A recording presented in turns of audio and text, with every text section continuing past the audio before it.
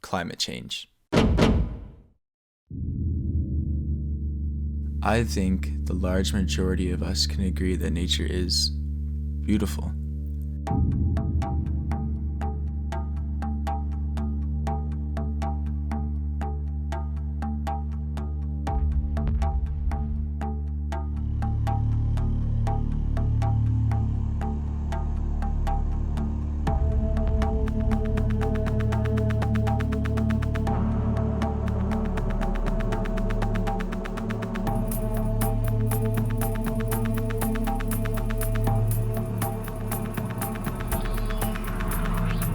I mean, sometimes we just need to stop and admire the amazing world around us.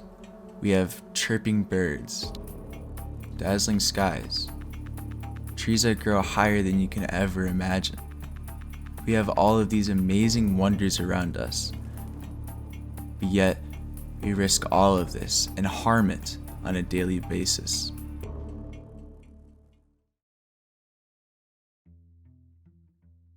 What is climate change?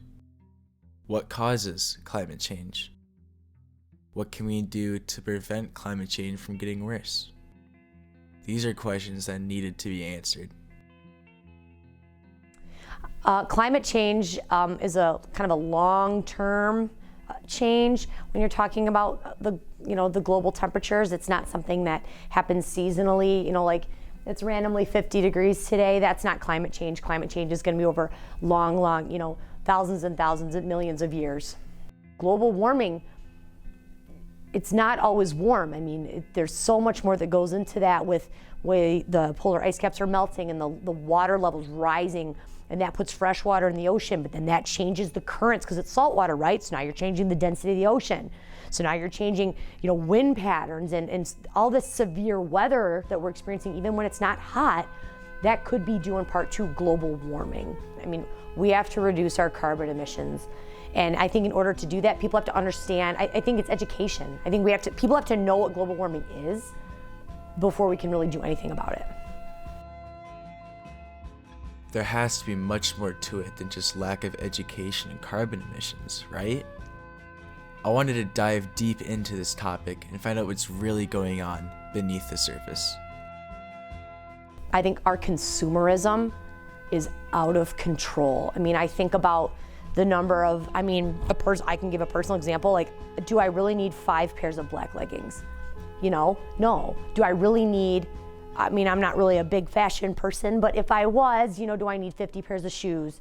Does my son need, new running shoes halfway through the season? All of that cost carbon dioxide. That all costs our planet something. So even if, even with recycling, a lot of times, we're recycling, that's gonna, help with pollution. Those recycling machines require so much energy. Energy has a cost, and even electric vehicles, where's electricity come from? I think humans are absolutely a factor. The factor, I would say, not necessarily our physical bodies, but just our behavior, our habits, the way we shop, the way we buy, the way we eat. We eat so much beef. Americans love meat. A lot of people don't even think like it's a meal if it doesn't have, meat on it with it. But meat and cows, just the way we, the gases that the cows make, that's a huge contributor. The vehicles that we drive. Ultimately, I think it's our habits. Everything you buy started somewhere and it's shipped from here to here to here. And that all costs, that's cool. We're doing it. This is our problem. Knowing what the issue is and what causes it is a very big and important step to change. But knowing how to stop it and having the determination to do so is what makes change. We can't just sit idly by and keep our current habits and hope for the best while we destroy our environment little by little. We as a community, no, as a world, we have to put our foot down and make changes in our daily lives if we still want to have a planet to live our lives on. But what can we do to make change happen?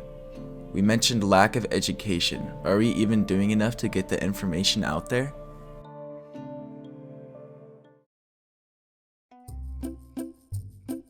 I think the best solution is just people need accurate information. That is step one. Some sectors of society are trying to get the information out. I know a lot of the car companies are, getting excited about these electric vehicles, and we have solar coming out and trying to make it more affordable for the consumer. What I say as a whole, we're doing a great job. I wouldn't say great, I would say we're making progress.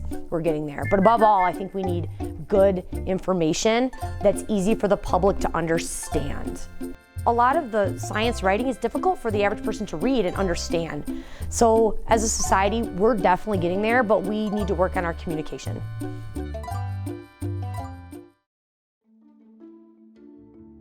We keep mentioning renewable energies such as electric cars and solar panels, but both of these options are very pricey, therefore not being affordable to some parts of society.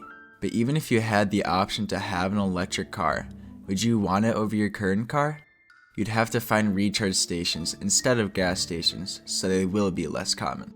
What about solar panels? If they were more affordable, would you take the steps and put in the work to install them? I would rather have an electric car, without a doubt. I worry that a lot of them have the power to, we're a big camping family, so we have a camper, and you have to, right now there's only a couple vehicles on the market that can pull it. But I'd love to have an electric option that could still help us do those things that we love, where I have charging stations. Right now, if we go camping, we fill up quite a bit. Are there gonna be charging stations there? But if all of that was available, I would definitely prefer to have electric vehicle. I love solar.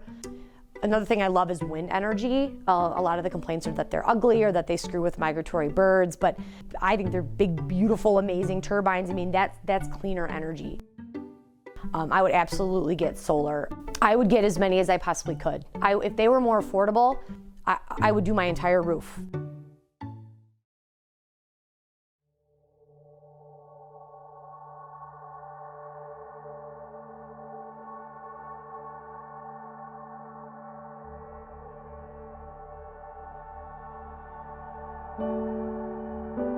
There's hope.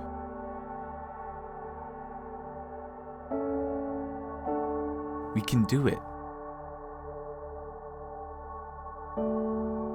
We can save our wilting planet from an unavoidable end if we just take the required steps in order to make change.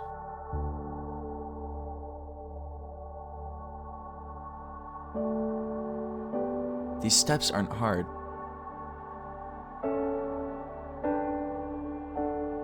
Even if you can't afford things such as electric cars or solar panels.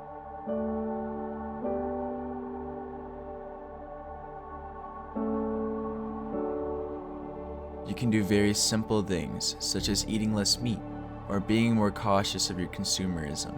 We can make a difference if we find the determination to do so. We need to come together. We need to do our part. Come with me.